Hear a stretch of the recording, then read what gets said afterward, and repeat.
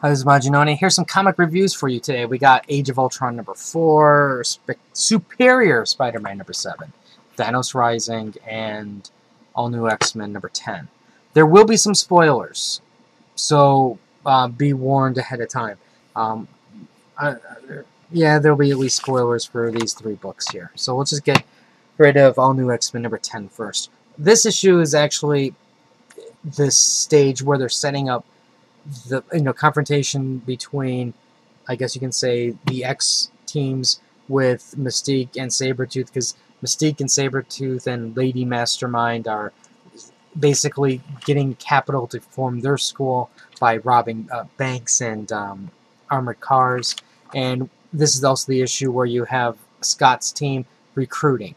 Now, when he recruited, there was actually one of the people that went over there. It wasn't a surprise, because I kind of expected this, I guess you can say, triplet person to go with Emma.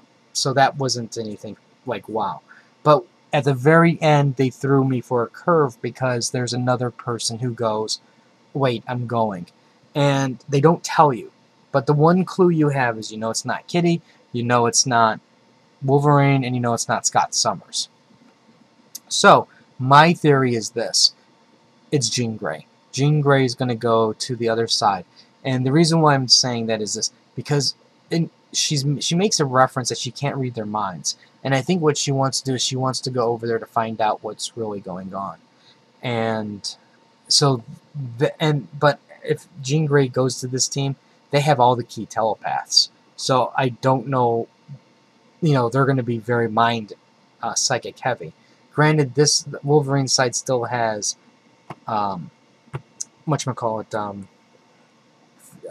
Phoenix, the Rachel Summers, but in comparison to what Jean Grey's going to become, Emma, the Kukulu's, and that this side is much stronger in that sense. The one thing that made me chuckle is, if you remember what the mansion is sitting on, yeah, there's a little interaction between Cyclops and his boys and that creature. So that part was really fun for me.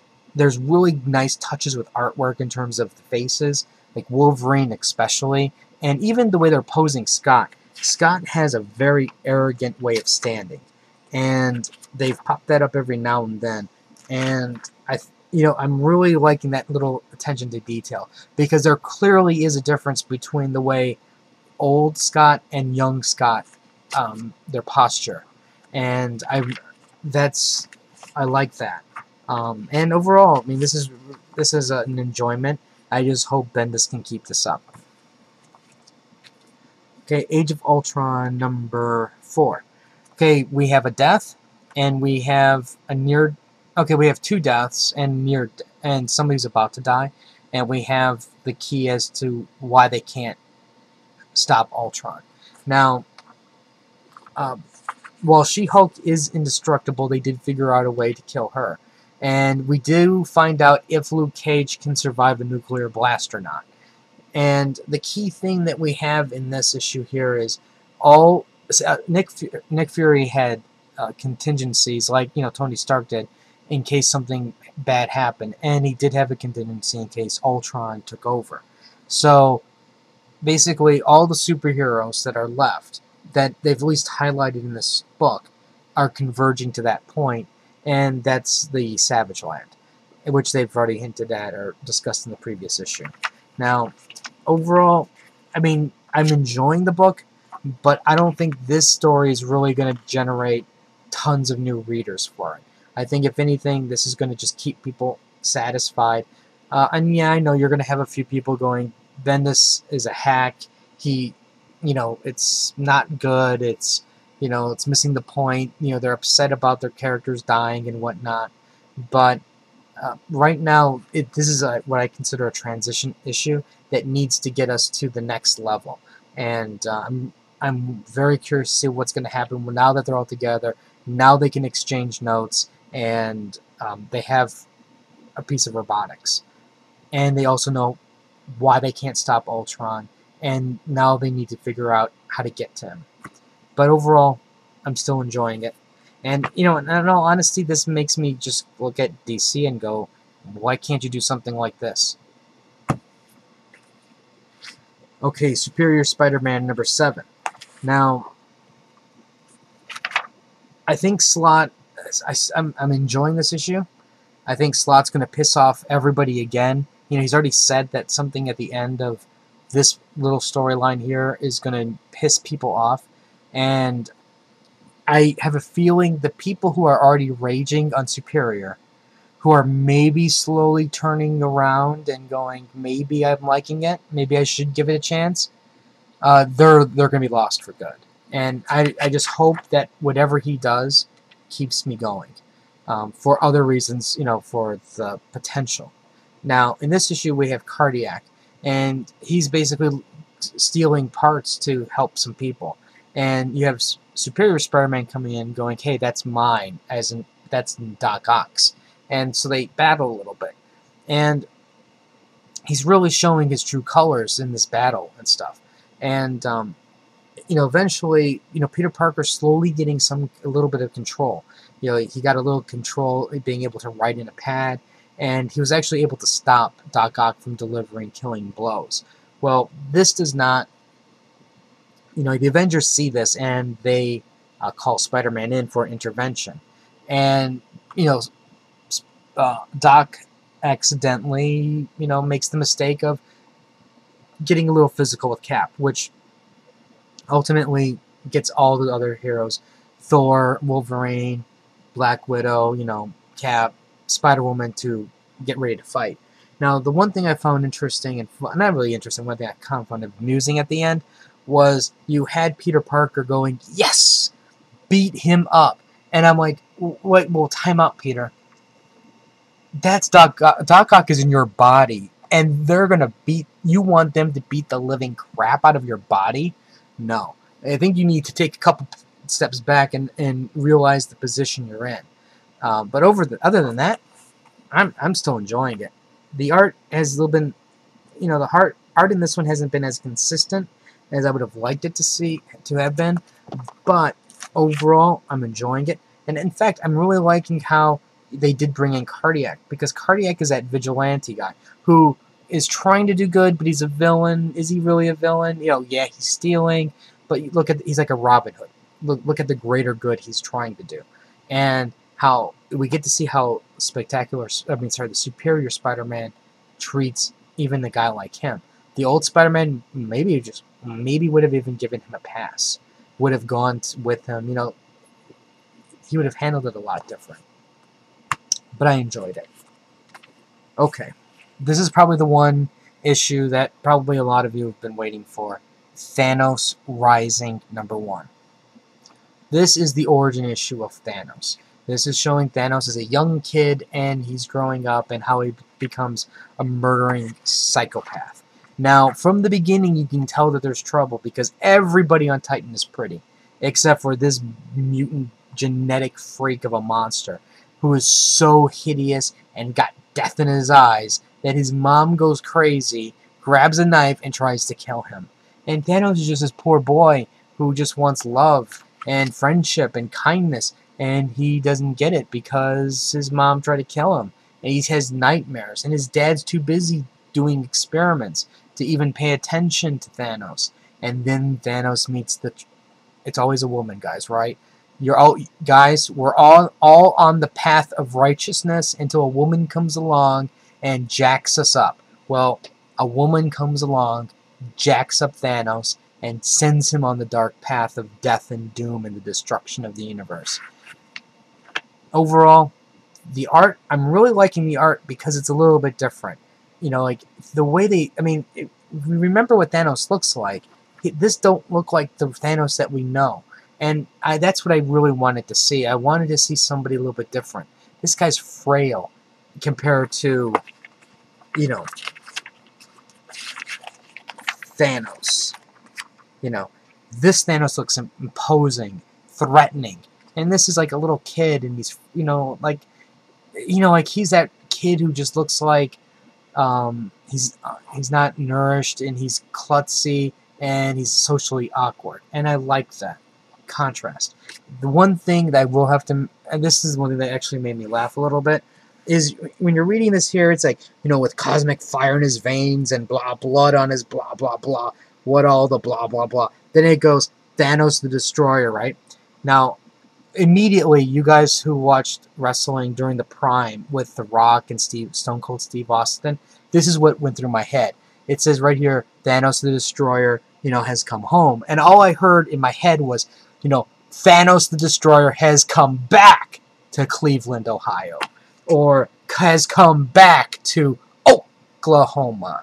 And then I'm hearing Thanos go, you better shut up with your candy ass. And, you know, Thanos don't care what you say because, you know, and then I'm hearing Stone Cold go, you know, what? And, you know, Stone Cold Austin says, blah, blah, blah. So that part was really funny for me. You know, wrestling fans, you'll probably get it too. But, I mean, I don't know. Anyways, again, I don't know how, I mean, I really hate this because, you know, Marvel, for me, has been hitting it home run after home run nonstop. And, you know, when I look at DC titles here, you know, there's only, I mean, I'm just pulling this week here, you know. You know, you have Earth 2, which is good, but it's, you know, it's not like spectacular, I mean, superior good. It's just, it's a nice solid read and it's building, but it's not great. You know, Detective, you know, it's not what I would call the best Batman. There's only one good Batman, superior Batman, and the rest are just trying desperately to throw stuff out there so this way people will buy it.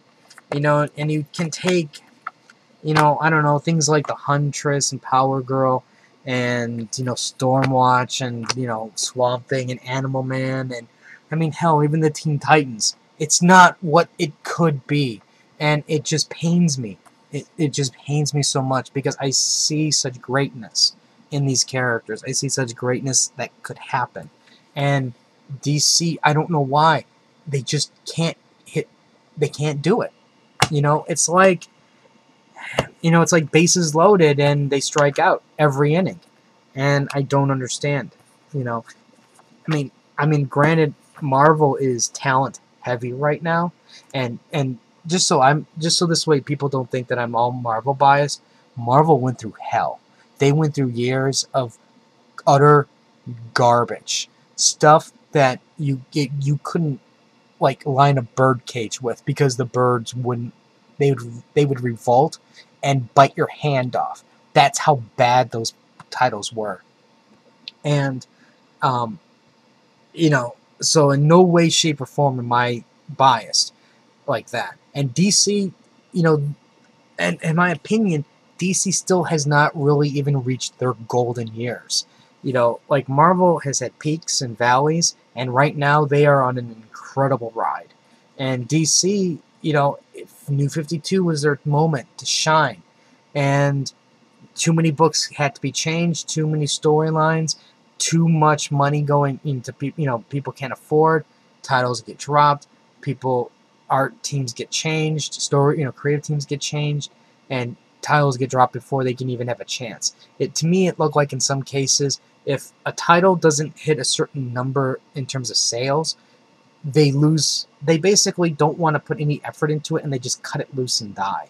And, you know, you can say that, yeah, you put on Rob Liefeld, and he's the extreme guy who's going to shake things up. But let me tell you this. You don't put Rob Liefeld on a title that's sinking to shake it up to increase sales. Why don't you put your top talent on it? By putting your top talent on it, maybe then we'll get a good, solid story. Maybe then we'll get a reason to want to buy it. Instead of reading some regurgitated stuff or horrible art or an extreme version of a character we don't care about. You know? And I think that's where DC is just failing. It's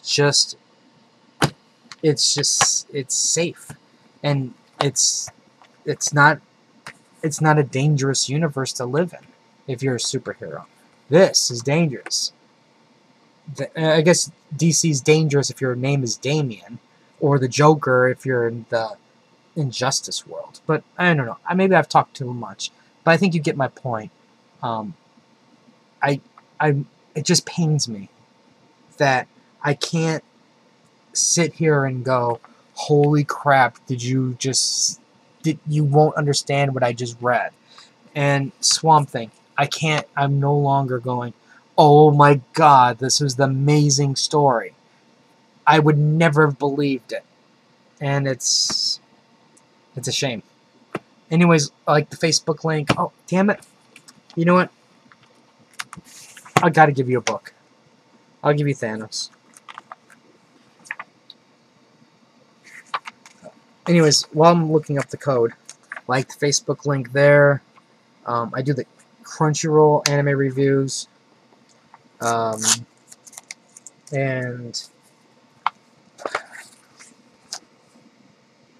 actually, in my most recent video I went to an anime con called Konnichiwa. I got to see Adrian Curry, and I'm telling you, she looks awesome in her costume. We got some under boobage. And you know what? I've been really bad with giving you free codes. So hold on a sec.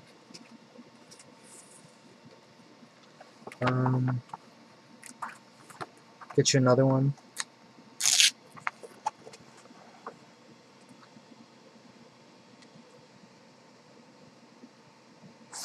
And I'll get you. I think I didn't give this one.